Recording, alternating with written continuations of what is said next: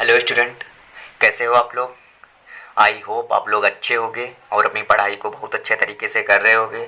आप लोगों के एग्ज़ाम आने वाले हैं, बस 1-2 दिन बचे हैं, तो आपकी पढ़ाई बहुत अच्छे तरीके से हो रही होगी। तो हम आज अपकलन के कुछ महत्वपूर्ण सूत्र कराएंगे। तो देखते हैं कौन कौन से सूत्र हैं हमारे।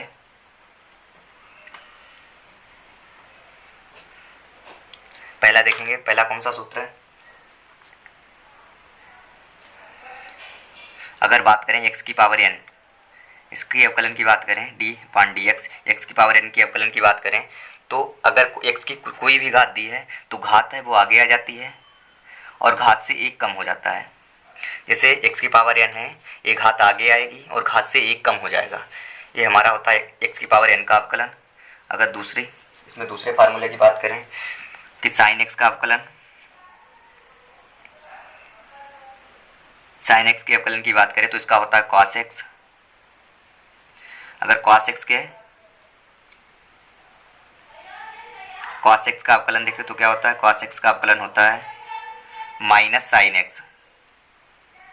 इन दोनों में ध्यान रखना, साइन एक्स का अवकलन होता है कॉस एक्स, वो प्लस का होता है, और जो कॉस एक्स का अवकलन होता है वो माइनस का साइन एक्स होता है।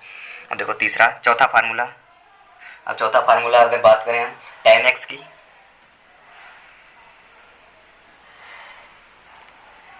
तो हमारा टेन एक्स का अवकलन होता है, देखो टेन एक्स का अवकलन होता है sec square x. Tan x का अवकलन होता है सेक स्क्वायर एक्स। और इसके बाद पांचवें फार्मूले की बात करें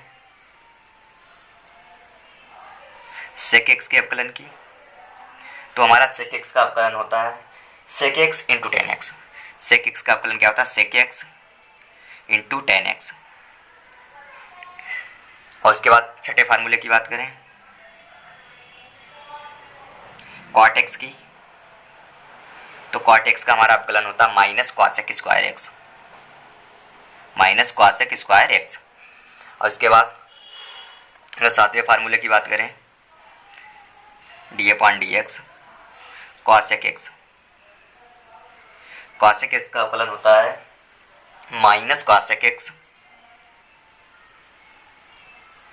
इंटू कॉट एक्स।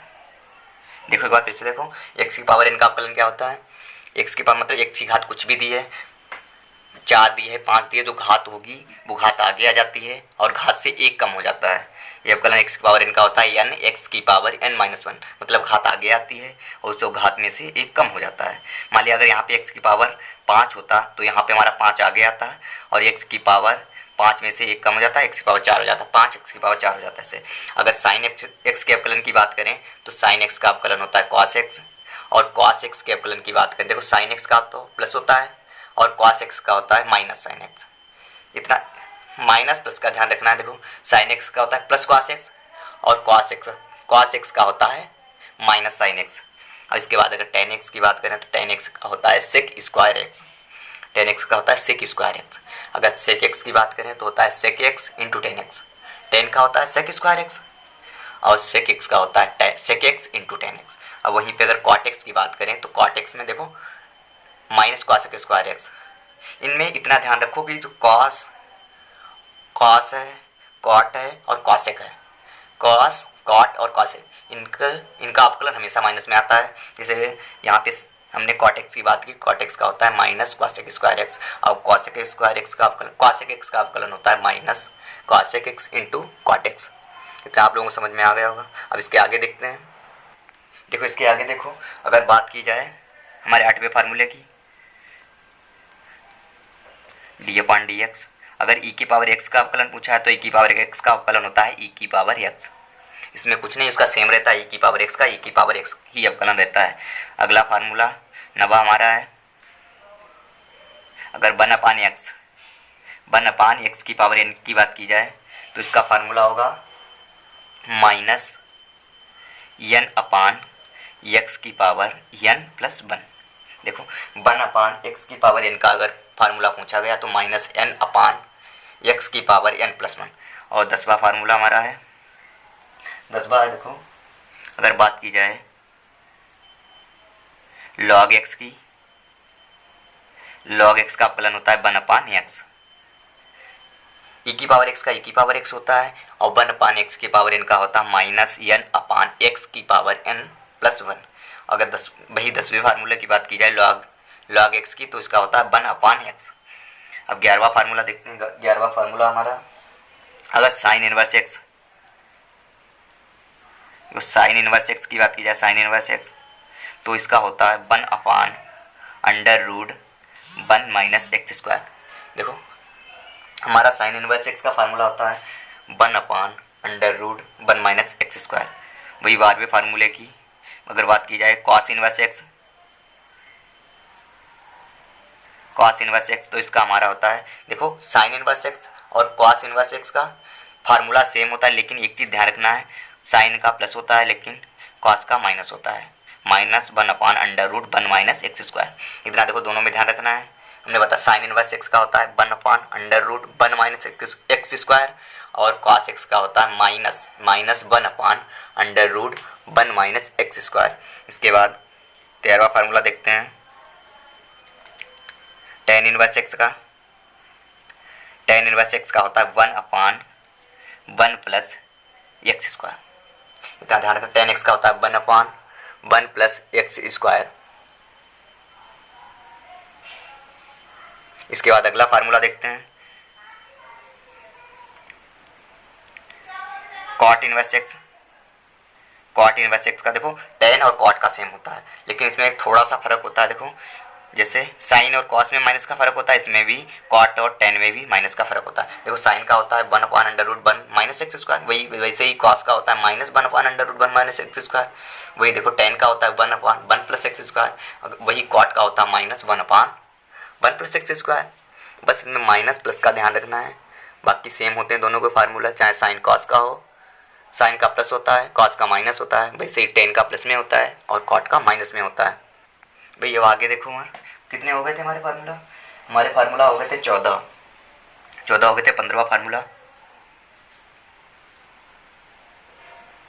देखो, 15वां फार्मूला हमारा, अगर 15वां फार्मूला पूछा जाए जैसे d/dx सेक इनवर्स एक्स का अवकलन, तो हमारा सेक इनवर्स एक्स का अवकलन होता है, सेक इनवर्स का अवकलन क्या होता है 1/(x स्क्वायर माइनस 1)। देखो सेक इनवर्स एक्स का हमारा अवकलन क्या होता है 1/(x स्क्वायर माइनस 1)। वही अगर कॉसेक इनवर्स एक्स की बात की जाए,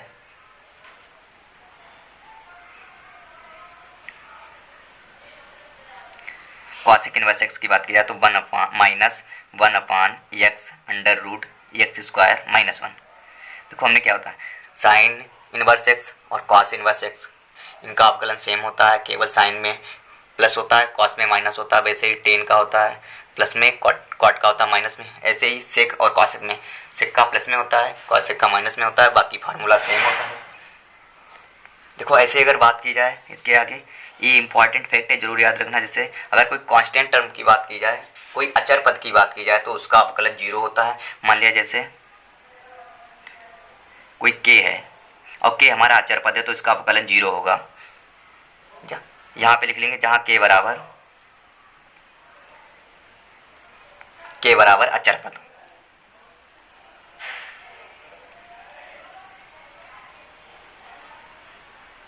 अचर पद मतलब होता है जैसे कोई संख्या दी हो, 1 2 3 4 5 6 करके कुछ भी दी हो, तो उसका अवकलन हमेशा 0 होता है। और जैसे अब इसके आगे वाला थोड़ा फैक्ट याद रखो, मान लिया कोई अवकलन जैसे d/dx, कोई अचर पद 4 दिया फिर sin x दिया है, तो इसका अवकलन हम कैसे करते हैं। देखो 4 तो ऐसे लिख लेंगे और हम अपना sin x का अवकलन कर लेंगे, तो हमारा हो जाएगा 4 cos x। तो इन दोनों में क्या हमने सीखा है कि मतलब अचर पद का अवकलन होता है 0, और अगर अचर पद कोई चर पद के साथ लगाओ, तो अचर पद को सेम लिख लेते हैं, मतलब वैसे लिख लेते हैं, और जो चर पद है उसका अवकलन कर लेते हैं। इसके बाद अगर बात की जाए अगले फार्मूले की, तो कुछ देखो फार्मूला, मान लिया हमारे पास 2 पद हैं, एक तो v है और एक u है, इनका अवकलन करना है। देखो जैसे 2 पद दिए हुए हैं, ये पहला पद है v मान लिया, ये दूसरा पद है, तो इनका अवकलन हमें कैसे करना होगा। देखो पहले इनका होता है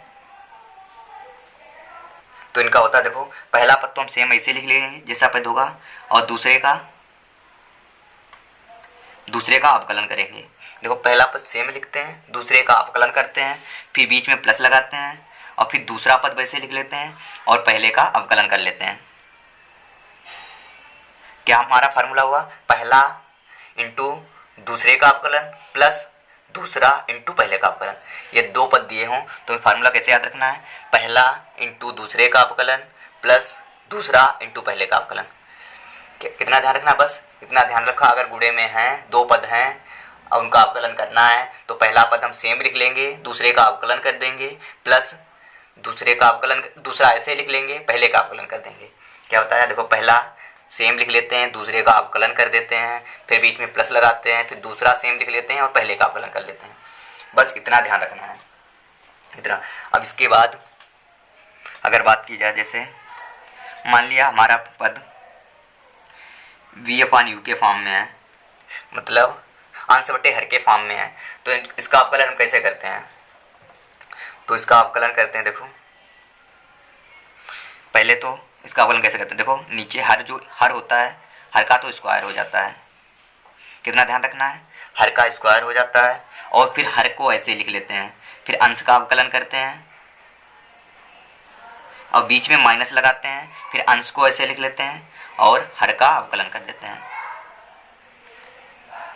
कितना हमने बताया, देखो दोनों में थोड़ी सी सिमिलरिटी है। देखो पहला तो है, अगर दो पद गुणा में दिए हुए हैं, उनका अवकलन पूछा है, तो पहला पद लिख लेंगे ऐसे, दूसरे का अवकलन कर देंगे, प्लस दूसरा पद सेम लिख लेंगे, पहले का अवकलन कर देंगे। अगर अंश बटे हर के फॉर्म में लिखा है तो उसका याद रखना है, हर का अवकलन हो जाता है, और फिर ऊपर हर को सेम लिख लेते हैं, अंश का अवकलन करते हैं और बीच में माइनस लगाते हैं, और फिर अंश को लिख लेते हैं, हर का अवकलन कर देते हैं। इतना ध्यान रखना है, हर का स्क्वायर होता है, हर सेम लिखते हैं, अंश का अवकलन होता है, माइनस अंश को लिख लेते हैं, हर का अवकलन होता है। बस इतना ध्यान रखना है, बाकी ज़्यादा कुछ नहीं था, इतने फार्मूले थे इसमें।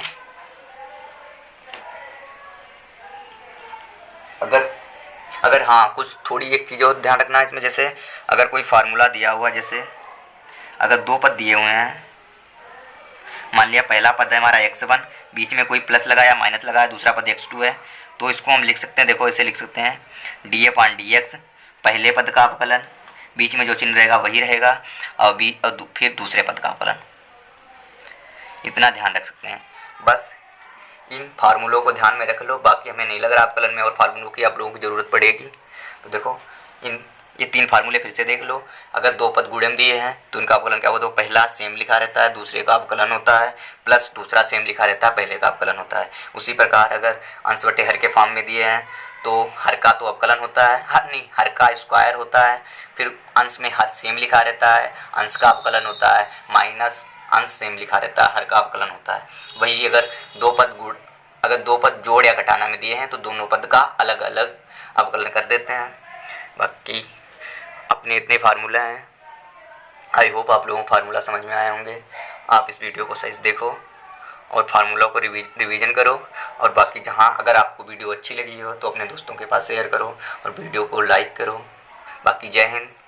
पेपर के लिए बेस्ट ऑफ लक सभी को। Thank you.